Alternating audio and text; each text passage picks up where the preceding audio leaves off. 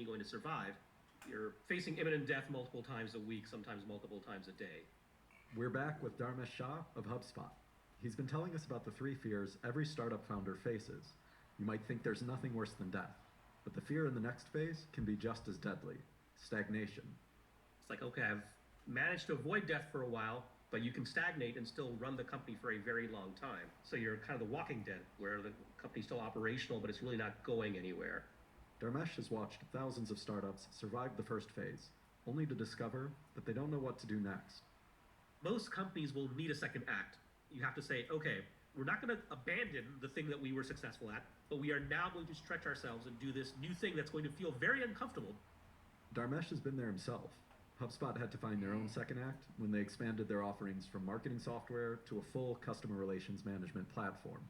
The way we pushed ourselves into that second act is we said, hey, marketing software, that's a great business, but it's not going to work forever. And so we're taking that same set of values, the same culture, the same customer centricity, and we're expanding it to also bring that value to another industry that we think needs it. The key is to make sure your next move connects with your mission. Look deep inside yourself and say, okay, what is it that makes us us? And how do we use that to move into this next act? But as a business expands, doing the things that protect health. If you don't address health first, you create fear. And with fear, it's very hard to run a business. Yes. You talk on the podcast a lot about the power of computing to improve the human condition.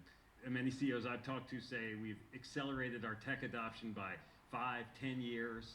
But there are other things that have been accelerated in this time too, often in a negative direction. Things like child mortality rates, people are projecting those are going to get worse. How do you net out the positives that we can learn from this and the negative exposure that we face? Well, there are long-term issues that are very difficult to quantify and undoubtedly bad. The first is obviously the long-term health of people who are young. They get the disease and they have a mild case, but then they have lingering symptoms. We don't know what that means. I hope for the best there. I'm very concerned about this year of education for K through 12.